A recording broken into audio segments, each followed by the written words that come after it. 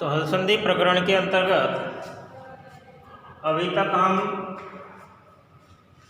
सूत्र संख्या 98 का अध्ययन कर चुके हैं। आज हम बात करेंगे अगले सूत्र के विषय में।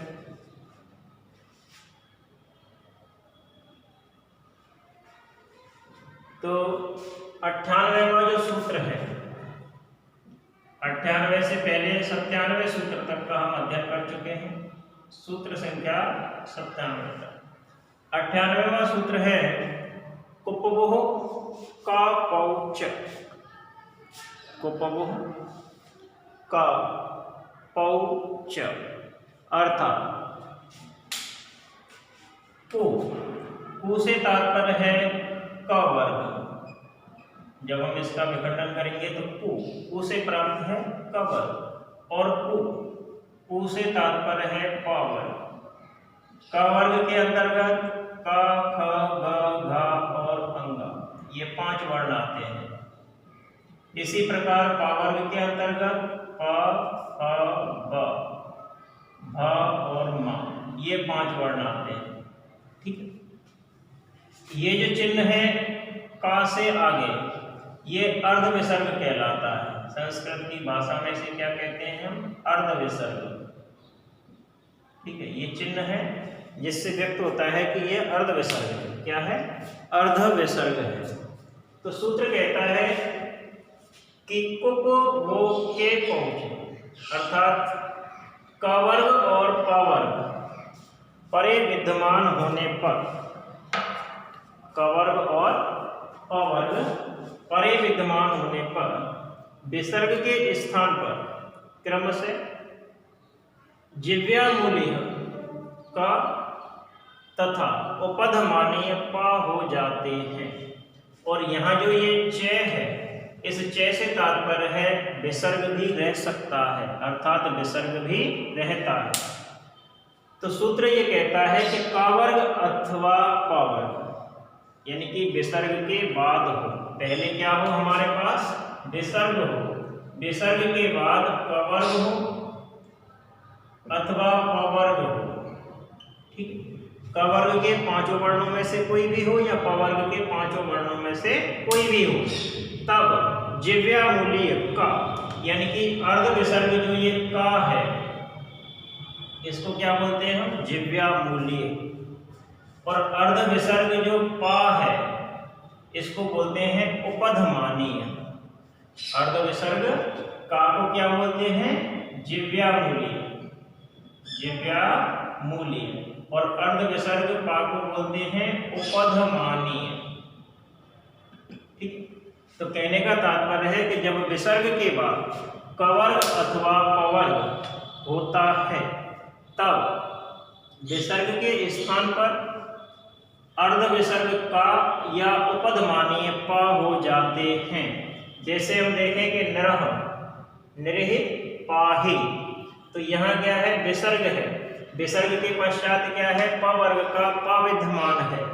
तब इस विसर्ग के स्थान पर क्या हो जाएगा? अर्ध विसर्ग प अर्थात उपधमानीय पा बोल सकते हैं। इस अर्ध विसर्ग का जो चिन्ह है जब पा के आगे लगता है, प वर्ण के आगे जब अर्ध विसर्ग लगता है तब उसे उपधमानीय बोलते हैं। और जब यही चिन्ह का के आगे लगता है तब इसे बोलते हैं जिव्यामूलीय। ठीक है। तो सूत्र कहता है कि क वर्ग और प वर्ग यदि विसर्ग के पश्चात हैं तब विसर्ग के स्थान पर क वर्ग होने पर अर्ध विसर्ग का हो जाएगा और प वर्ग होने पर अर्ध विसर्ग पा हो जाएगा। अगला सूत्र है तस्य परम आम्रेणतम। तस्य परम आम्रेणतम। और उसकी, किसकी? परम आम्रेणतम। आम्रेणित शब्द हमने पढ़ा था। कब पढ़ा था? जब हम द्वितीया विभक्ति पढ़ रहे थे उस समय एक सूत्र था, सर्वत से दिगुकर्या पर्यादिशोत्रसु द्वितीया आम्रेणित नामतेषु ततो अन्यत्रपि दृश्यते।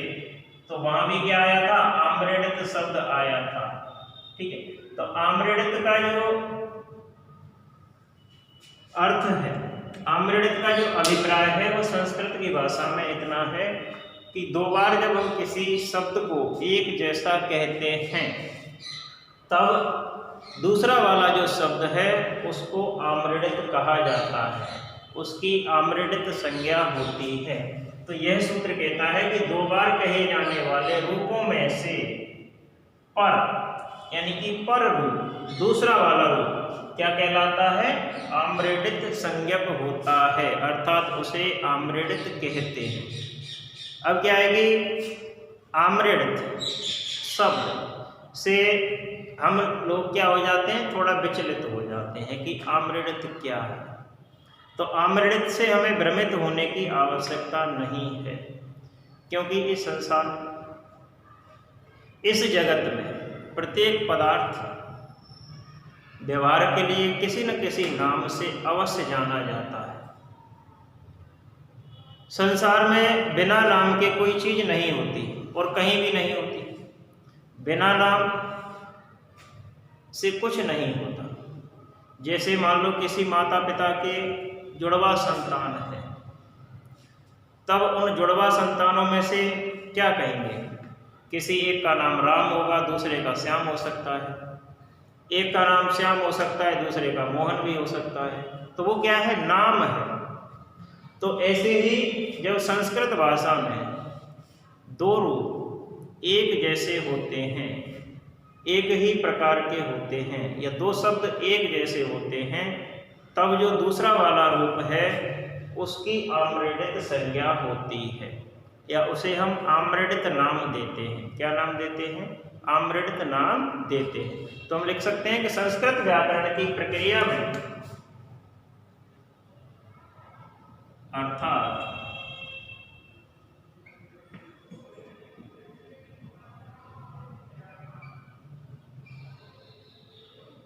संस्कृत व्याकरण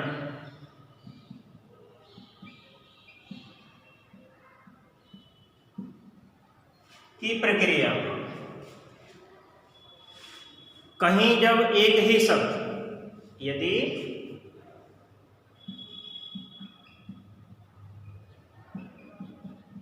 कहीं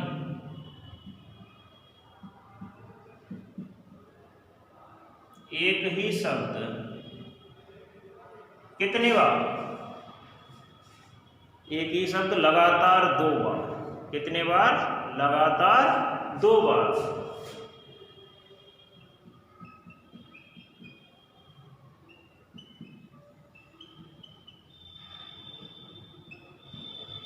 कहा अथवा लिखा जाता है। कहा कहने से तात्पर्य है जब एक ही शब्द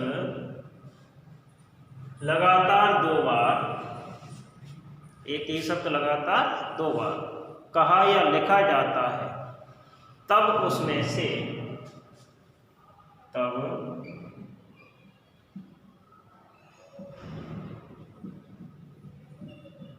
उनमें से कौन सा वाला रूप, पर रूप, यानी कि दूसरा वाला रूप, पर वाले रूप को या दूसरे रूप को आम्रडित कहते हैं। तब उनमें से पर रूप अर्थात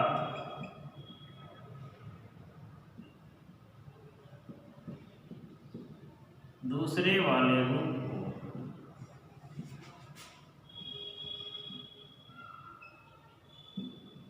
क्या कहते हैं,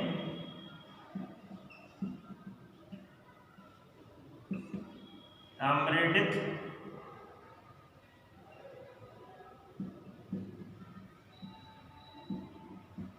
कहते हैं। तो देखो जब दो शब्द, एक ही शब्द लगातार कितनी बार लिखा जाए, दो बार लिखा जाए, तब दूसरा वाला रूप क्या कहलाएगा, पर रूप क्या कहलाएगा, आम्रडित कहलाएगा। पर रूप क्या कहलाएगा, आम्रडित कहलाएगा।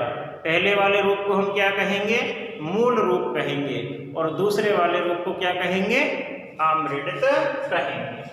अगला सूत्र है का नाम रेड़ते। का नाम रेड़ते, ये सूत्र क्या कहता है? कान प्लस आम्रेडित, कान प्लस आम्रेडित दो शब्द हैं।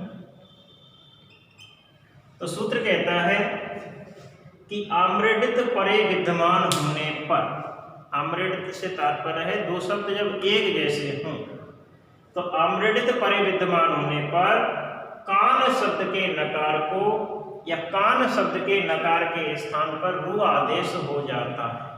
कान शब्द के नकार के स्थान पर क्या हो जाता है? रु आदेश हो जाता है। अर्थात कहने का तात्पर्य है कि जब दो शब्द एक जैसे विद्यमान हों और उसमें भी कौन सा शब्द होना चाहिए? कान शब्द, तब कान के नकार के स्थान पर रु आदेश हो जाता है।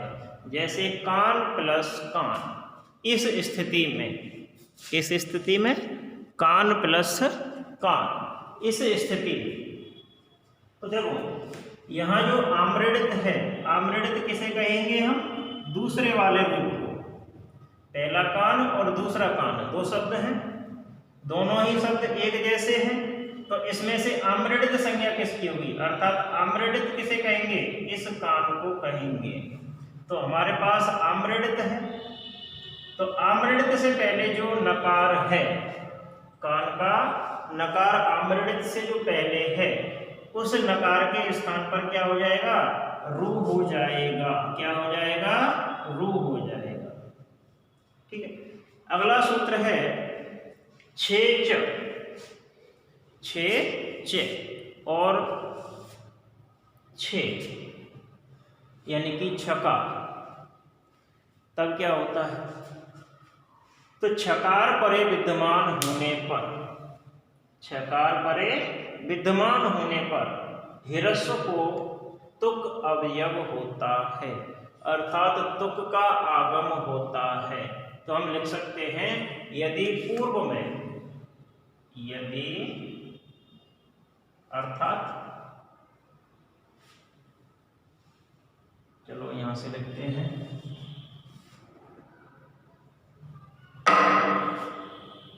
अर्थात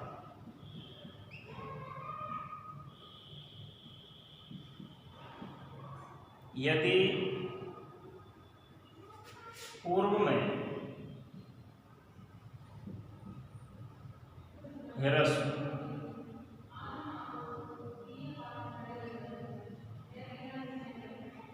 ह्रस्व से तात्पर्य है अ, ए, ओ, रे और ले। तो जब पूर्व में ह्रस्व विद्यमान है, क्या विद्यमान है? ह्रस्व विद्यमान है, और उसके बाद पूर्व में ह्रस्व विद्यमान है,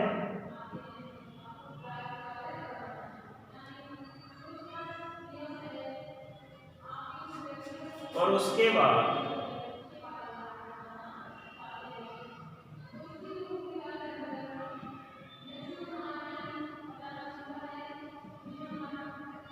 छकार, छकार से तात्पर्य है छ वर्ण। ये छ वर्ण क्या है? च वर्ग का द्वितीय अक्षर है, और उसके बाद छकार विद्यमान है।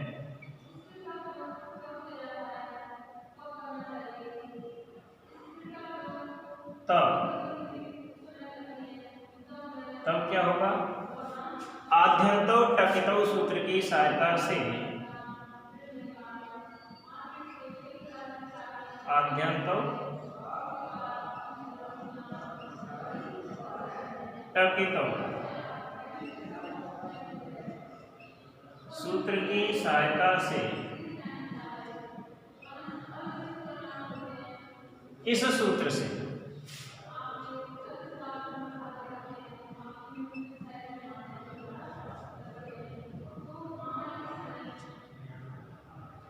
आद्यंतो सूत्र की सहायता से छेच सूत्र से तुक का आगम होता है। किसका आगम होता है? तुक।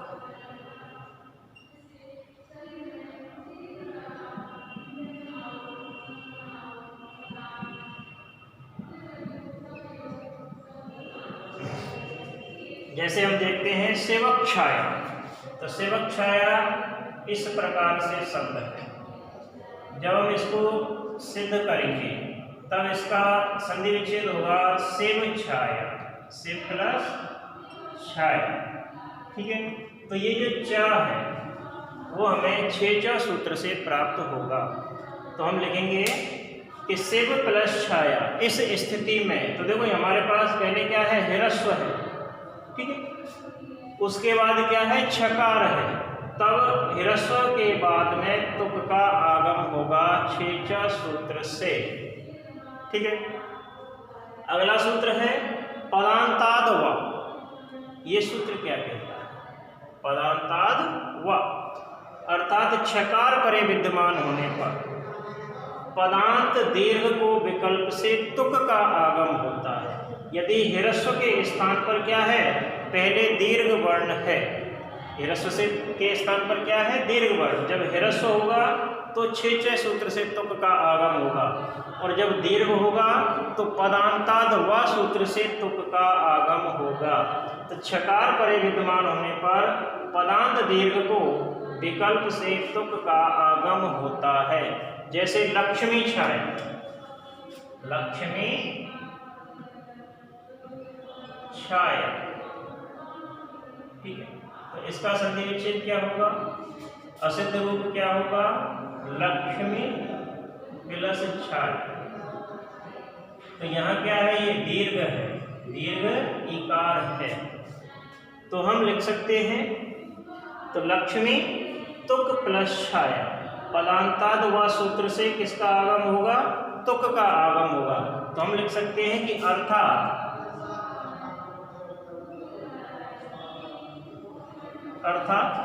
यदि पूर्व में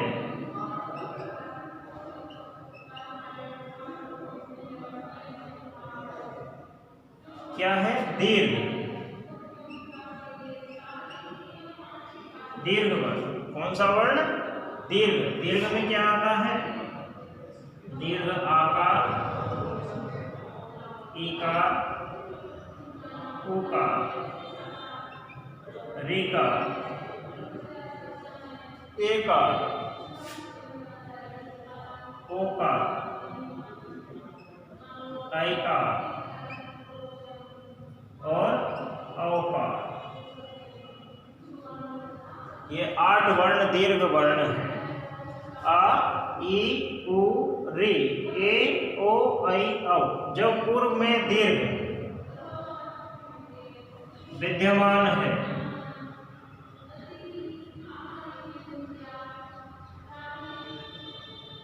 और उसके बाद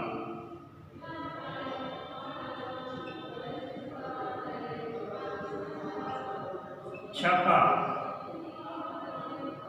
यानी छ वर्ण, उसके बाद छका विद्यमान है,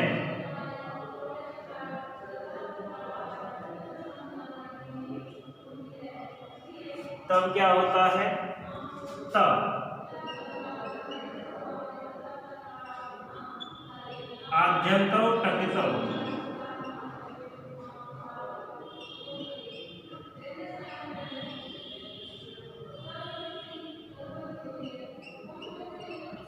सूत्र की सहायता से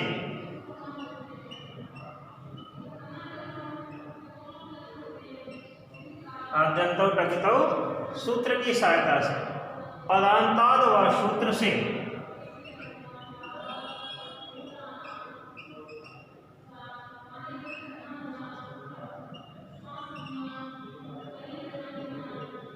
पदांताद व सूत्र से तुक का आगम होता है।